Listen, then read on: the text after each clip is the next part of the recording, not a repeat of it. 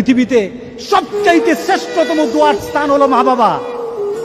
ওই মা বাবা যদি হাত পাতে আরশ পর্যন্ত পৌঁছে যায়, ওই মা বাবা যদি বদদুয়া করে, পৃথিবীর সব তীর সব টার্গেট মিস হতে পারে, কিন্তু মা বাবার বদদুয়া কখনো মিস হয় না, কখনো মিস হয় না।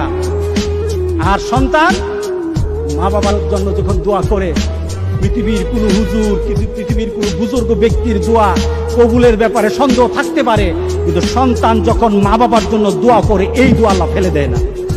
সুবহানাল্লাহ। কারণ মা বাবার এই দোয়াটা শিখিয়ে দিয়েছেন আল্লাহ সুবহানাহু ওয়া তাআলা, রব্বির হামহুমা কামা রব্বায়ানি সাগীরা।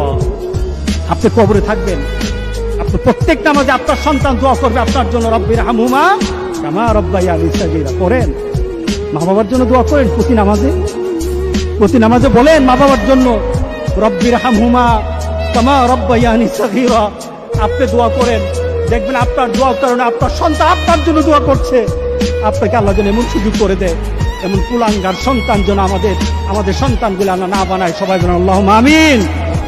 আপনার দালান, আপনার বাড়ি, আপনার সম্পদ, আপনার ব্যবসা, আপনার পৃথিবীর প্রতিপত্তি যত কিছু আছে, সব আপনি দুনিয়াতে ফেলেই চলে যেতে হবে, কিন্তু সন্তান কিন্তু আপনাকে ছেড়ে দিবে না। সন্তান আপনাকে ছেড়ে দিবে না। ভালো সন্তান রেখে যাবেন, কবরে শুয়ে শুয়ে আপনার সন্তানের দোয়া পাবেন। খারাপ সন্তান রেখে যাবেন, কবরে বিপদ বিপদ বিপদ চলতেই থাকবে। আল্লাহ আমাদের সবাইকে হেফাজত করুক। আমিন বলি।